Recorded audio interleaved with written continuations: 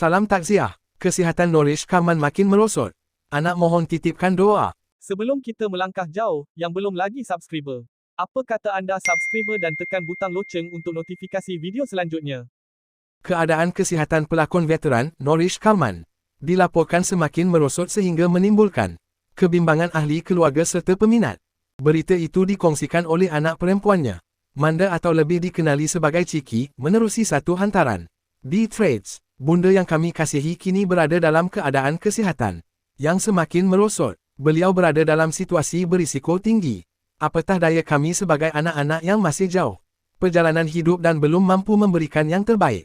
Saya sangat berharap kepada sesiapa yang membaca ini. Mohon titipkan doa. Bagi kami, itulah harapan yang masih ada, tulis Manda.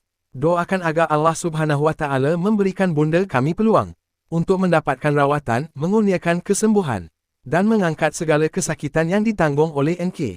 Kami tidak sanggup lagi melihat keperitan yang dilaluinya. Ketika ini, NK menggunakan kerusi roda agar tidak perlu memberi tekanan berlebihan kepada jantungnya, katanya lagi.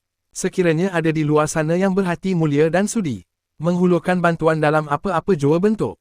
Setiap sokongan tidak kira doa, tenaga, terutamanya bantuan kewangan amat besar maknanya buat saya dan adik-adik saya. Tambahnya.